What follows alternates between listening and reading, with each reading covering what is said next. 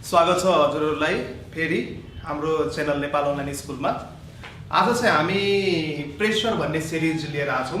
आज चाहिँ हामी क्लास 10 को फोर्स भन्ने च्याप्टरको हामी पाँचवटा भिडियो सेसन हामीले रेकर्ड गरिसक्यौँ र त्यो अपलोडेड नै भइसक्यो हाम्रो साइटमा। र आज चाहिँ हामी क्वेसन सिरिज नै प्र्याक्टिस गर्छौँ, तर प्रेसर भन्ने च्याप्टरको। फोर्स भन्ने च्याप्टर 1 थियो, प्रेसर भन्ने च्याप्टर 2 हो। आज चाहिँ हामी क्लास 10 को प्रेसर भन्ने च्याप्टरमा क्वेसन सिरिज स्टार्ट गर्न गइरहेछौँ र आज चाहिँ हाम्रो पार्ट 1 हो। यो लेक्चर चाहिँ हाम्रो प्रेसर सिरिजको पार्ट 1 लेक्चर हो। अनि यो भिडियो स्टार्ट गर्नुभन्दा अगाडि पहिला चाहिँ हामी केही सर्टमा थ्योरेटिकल ब्याकग्राउन्ड हेर्नुपर्ने हुन्छ, केही थ्योरेटिकल कुराहरू हेर्नुपर्ने हुन्छ।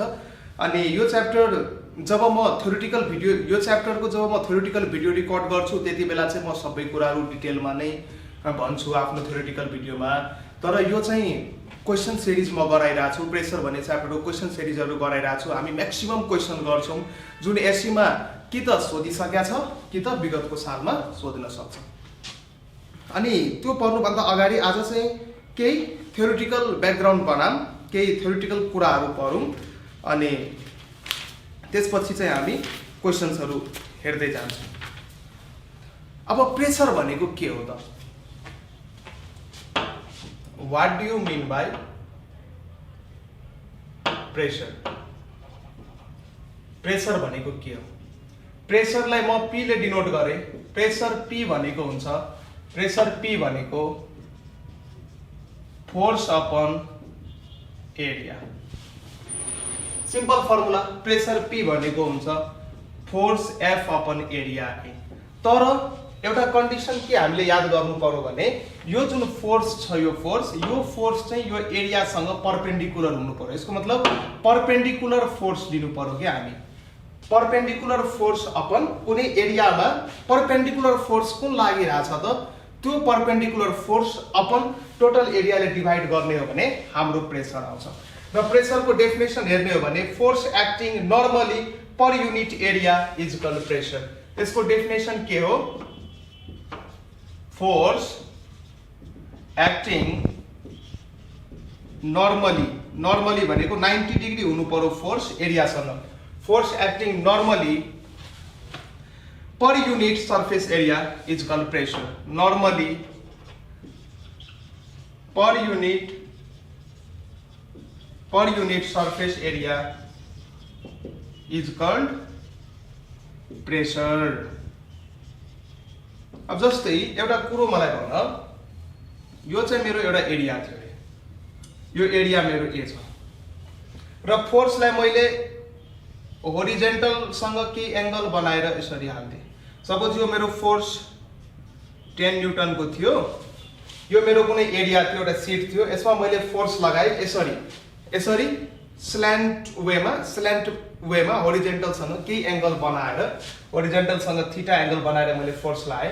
अब यो फोर्स को कारणले यो पोइन्टमा कति प्रेसर इन्ड्युस भयो भने कसरी लेख्न सकिन्छ? प्रेसर इज इक्वल टु के 10/A लेख्ने हो त? होइन। किनकि यो 10 न्यूटन त यो एरियासँग त 90 डिग्री छैन, केही एंगलमा छ। त 11-12 मा तिमी पढ्छौ, 10 क्लासमा त यो कुरो त्यति बुझिदैन। 11-12 मा पढ्छौ। कुनै पनि भेक्टर क्वान्टिटीलाई हामी त्यसको दुईटा म्युचुअली परपेन्डिकुलर डिरेक्सनमा रिजल्भ गर्न सकिन्छ। कुनै पनि भेक्टर क्वान्टिटीलाई दुईटा म्युचुअली परपेन्डिकुलर डिरेक्सनमा रिजल्भ गर्न सकिन्छ। अब यो फोर्सलाई यो डिरेक्सन र यो डिरेक्सनमा रिजल्भ गर्न सकिन्छ। यो डिरेक्सनमा के लेख्ने? 10 sin थीटा र यो डिरेक्सनमा के लेख्ने? 10 cos थीटा। यो अहिले बुझ्दैन तिमीहरू, 11 क्लासमा बुझ्छौ, अहिले टेन्सन लिनु पर्दैन। यो 10 न्यूटन फोर्स को यो जुन 10 sin थीटा कम्पोनेन्ट छ नि हो, यो चाहिँ यो सर्फेससँग के छ त 90 डिग्री छ। त्यसैले प्रेसर निकाल्नु पर्यो भने के लेख्नु पर्यो यहाँ? 10 sin थीटा अपन यो प्लेनको एरिया कति दिएको छ त ए हो। यो चाहिँ प्रेसरको फर्मुला भयो। 10/A चाहिँ प्रेसरको फर्मुला होइन। किन? प्रेसर निकाल्दाखेरि जुन हामी यो फोर्स युज गर्छौं नि, यो फोर्स चाहिँ एरियासँग के हुनु पर्यो त? परपेन्डिकुलर हुनु पर्यो। फोर्स यदि परपेन्डिकुलर छैन भने सपोज धेरै केसेस हुन सक्छ जसमा चाहिँ एरियामा फोर्स परपेन्डिकुलर छैन र हामीलाई प्रेसर झिक भनिरहेछ, त्यति बेला चाहिँ त्यो फोर्सको हामी कम्पोनेन्ट लिन्छौँ र त्यो कम्पोनेन्ट लिन्छौँ जुन कम्पोनेन्ट चाहिँ एरियासँग परपेन्डिकुलर छ अथवा एरियासँग 90 डिग्री एङ्गल बनाएको छ, त्यो कम्पोनेन्ट चाहिँ हामी लिन्छौँ। यो चाहिँ हाम्रो प्रेसरको कहानी भयो। र प्रेसरको युनिटको कुरो गर्ने हो भने फोर्सलाई हामी केमा नाप्छौँ? न्युटनमा, र एरियालाई हामी केमा नाप्छौँ? मिटर स्क्वायरमा। So newton per metre square is the SI unit of pressure. र कसैले यसको यो चाहिँ एसआई युनिट भयो। र कसैले प्रेसरको सिजिएस युनिट सोध्यो भने के लेख्ने? प्रेसरको सिजिएस युनिट सोध्यो भने के लेख्ने? अब फोर्सलाई सिजिएसमा केमा नापिन्छ? डाइनमा नापिन्छ। र एरियालाई सिजिएसमा केमा नापिन्छ? सेन्टिमिटर स्क्वायरमा नापिन्छ। हो, dyne per centimetre square is the CGS unit of pressure. तर प्रेसरलाई अरू पनि युनिटमा नाप्न सकिन्छ है। प्रेसरलाई थुप्रै युनिटमा नाप्न सकिन्छ। जस्तै अब यो न्युटन पर मिटर स्क्वायर छ नि, यसलाई नै पास्कल भनिन्छ, PA। सो 1 न्युटन पर मिटर स्क्वायर भनेकै के हो त? 1 पास्कल हो। यो कुरो याद गर्नु पर्यो। 1 न्युटन पर मिटर स्क्वायर भनेकै के हो त? 1 पास्कल हो। न्युटन पर मिटर स्क्वायरलाई सर्ट फर्ममा पास्कल नै लेखिन्छ। र डाइन पर सेन्टिमिटर स्क्वायर चाहिँ सिजिएस युनिट अफ के हो त? प्रेसर हो। र प्रेसर निकाल्दाखेरि ध्यान दिनुपर्ने कुरो एउटा के छ? फोर्स जुन एरियामा एक्ट हुन्छ त्यो फोर्स चाहिँ एरियासँग कति एङ्गल बनाउनु पर्यो त? एरियासँग कति एङ्गल बनाउनु पर्छ? 90 डिग्री बनाउनु पर्यो। यदि 90 डिग्री एङ्गल बनाएको छैन भने फोर्सले त्यो फोर्सको कम्पोनेन्ट लिनु पर्यो जुन चाहिँ त्यो एरियासँग 90 डिग्री एङ्गल बनाउँछ। र अर्को युनिट के छ? फोर्स प्रेसरलाई नाप्ने अर्को युनिट के छ? एमएम अफ एचजी मा नि प्रेसरलाई नापिन्छ, टोरमा नि नापिन्छ, बारमा नि नापिन्छ, एटिएम मा नि नापिन्छ। So these are the different units जसमा चाहिँ प्रेसरलाई नापिन्छ। कुन युनिट भयो? Newton per metre square, dyne per centimetre square, mm of Hg, centimetre of Hg, अनि त्यसपछि हाम्रो टोर, बार, एटिएम, 1 एटमोस्फियर, यो सबै के हो त? प्रेसरलाई नाप्ने डिफरेन्ट युनिटहरू हो। अब 1 पास्कल प्रेसर भनेको do do you mean by 1 pascal pressure? कसैले तपाईहरुलाई सोध्यो भने के भन्ने त? म यो मेट छु है। आज म यो पार्ट 1 मा क्वेशन सिरिज प्रेसर भन्ने च्याप्टरको क्वेशन सिरिजमा आज म पार्ट 1 गर्दै छु र यसमा चाहिँ आज हामी केही थ्योरेटिकल कुराहरू सर्टमा पढिरहेका छौँ। यो जसलाई थ्योरेटिकल कुराहरू थाहा छैन सो उहाँहरूलाई यो भिडियो के हुन सक्छ त? हेल्पफुल हुन सक्छ।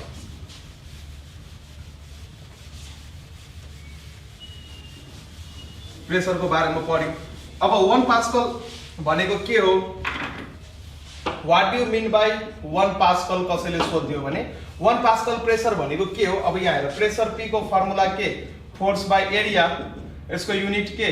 Newton per metre square. यसलाई नै हामी 1 पास्कल भन्छौँ हैन।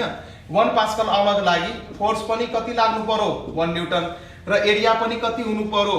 1 मिटर स्क्वायर। यसको मतलब यदि 1 मिटर स्क्वायर एरियामा 1 न्युटन को प्रेसर होइन, सरी, यदि 1 मिटर स्क्वायर एरियामा 1 न्युटन को फोर्स यदि नर्मली लागिरहेछ भने अनि हामी भन्छौँ त्यो फोर्सको कारणले त्यो एरियामा 1 पास्कल प्रेसर एक्सर्ट भयो।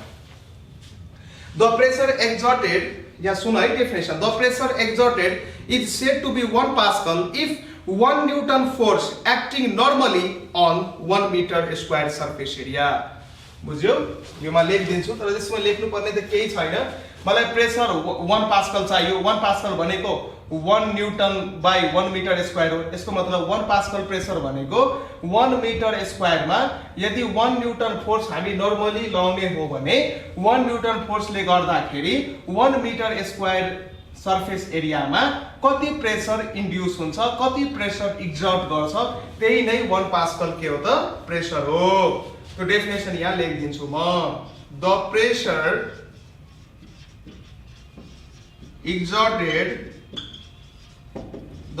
exerted is said to be 1 Pascal if 1 Newton force, if 1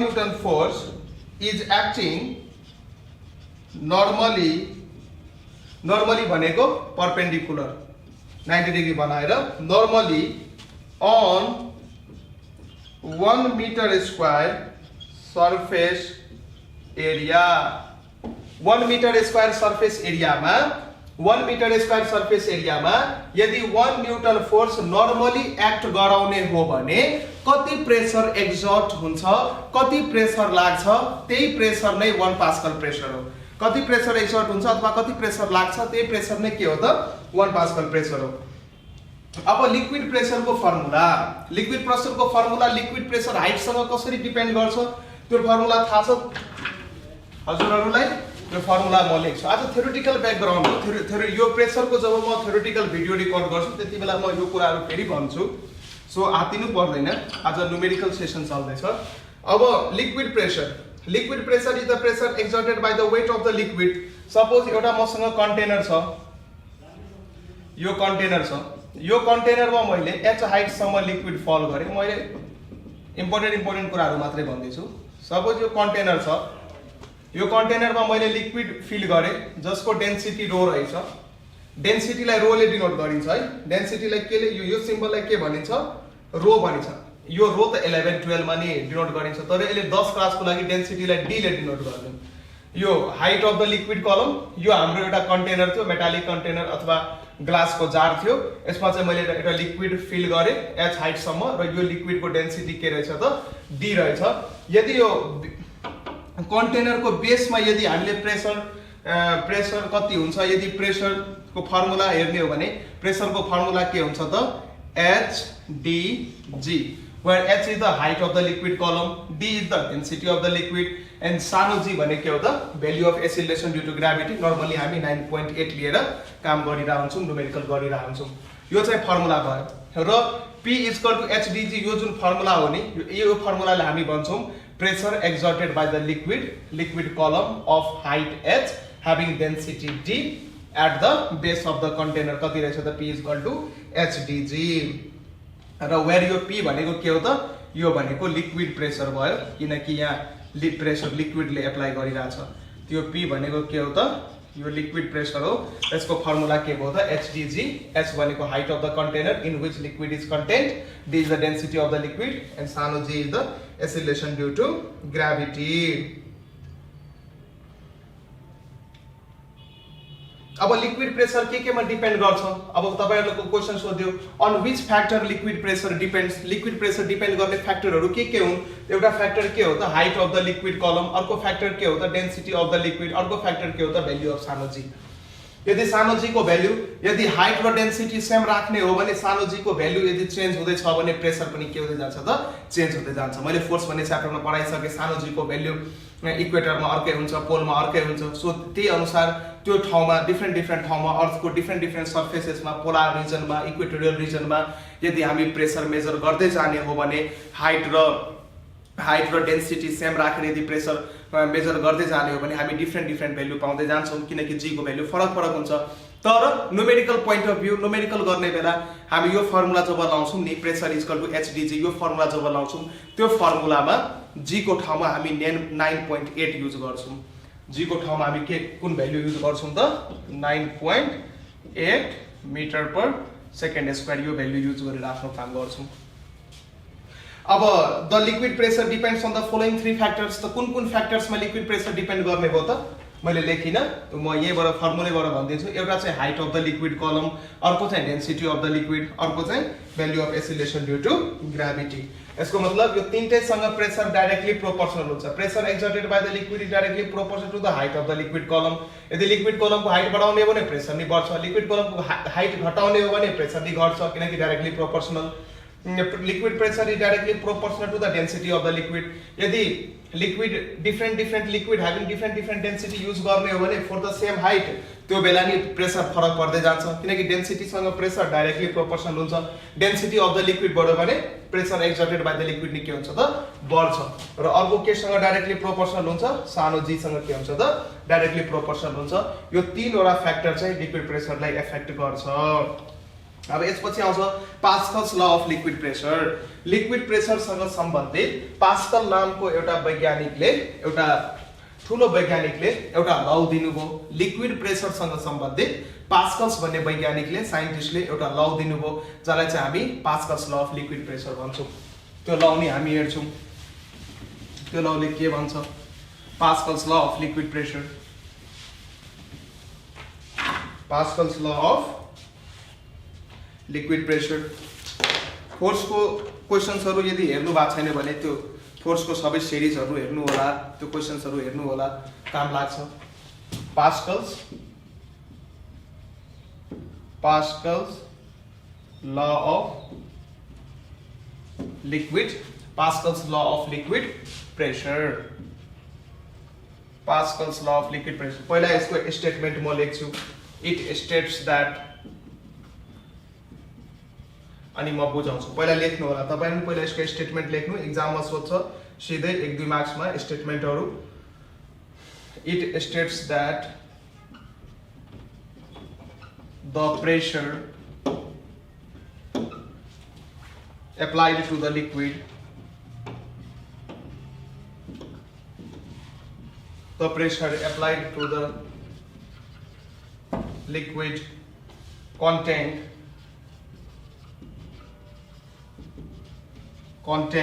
in a closed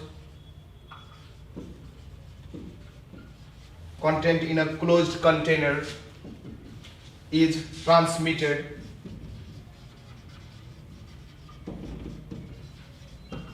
equally and normally भनेको सर्फेसको 90 डिग्री बनाएर, सर्फेससँग यदि 90 डिग्री बनाएको छ भने त्यसलाई हामी नर्मली भन्छौँ।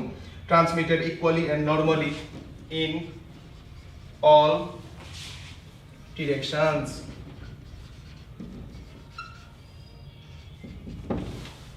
मार्कर ब्लर त भएको छैन नि।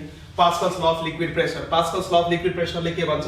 It states that the pressure applied to the liquid content in a closed container. यहाँ वर्डमा ध्यान दिनुपर्ने भयो। कन्टेनर कस्तो छ? क्लोज्ड। क्लोज्ड कन्टेनरमा यहाँ ध्यान दिनुपर्छ। क्लोज्ड कन्टेनरमा के छ त? लिक्विड कन्टेन्ट छ। यदि त्यसमा the pressure applied to the liquid content in a closed container is transmitted equally and normally in all directions. यो ललाई बुझौँ।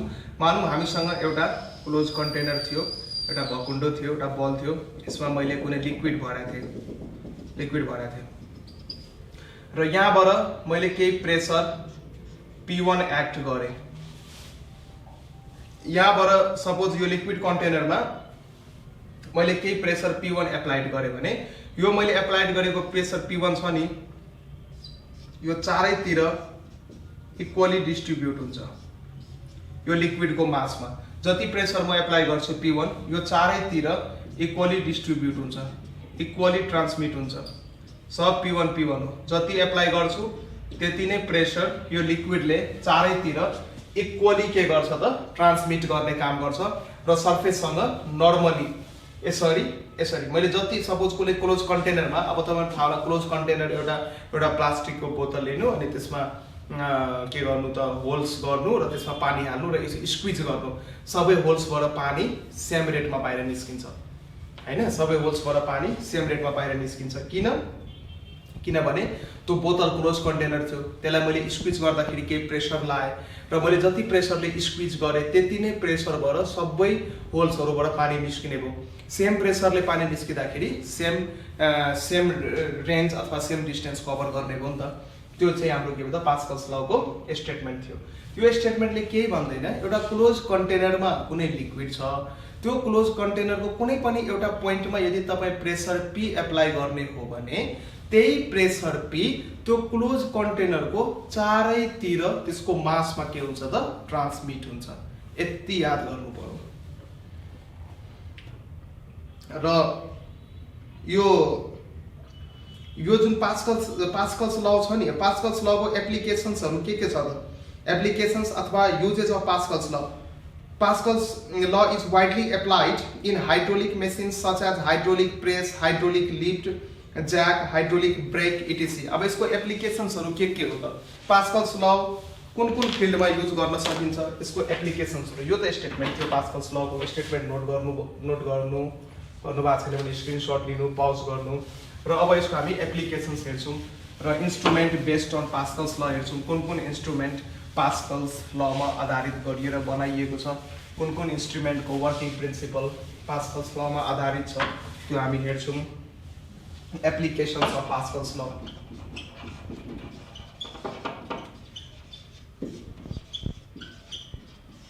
युजेज अफ पास्कल्स ल। यो गराइरहेको छु, न्युमेरिकल गर्ने बेला यो सजिलो हुन्छ है। एउटा के छ त हाइड्रोलिक मेसिन्सहरू। पास्कल्स ल इज वाइडली एप्लाइड। यो के बनाउन युज हुन्छ? Hydraulic machines. हाइड्रोलिक भनेको जसमा पानी युज भएको हुन्छ, रिलेटेड टु वाटर। हाइड्रोलिक मेसिन्सहरू बनाउन युज हुन्छ। र हाइड्रोलिक मेसिन्स तीनटा छ। कुन? Hydraulic press. हाइड्रोलिक प्रेस, यो प्रेस गर्ने काम गर्छ। यसले बताउँछु यसले किन यसलाई प्रेस भने हो। Hydraulic press. अर्को चाहिँ हाइड्रोलिक लिफ्ट।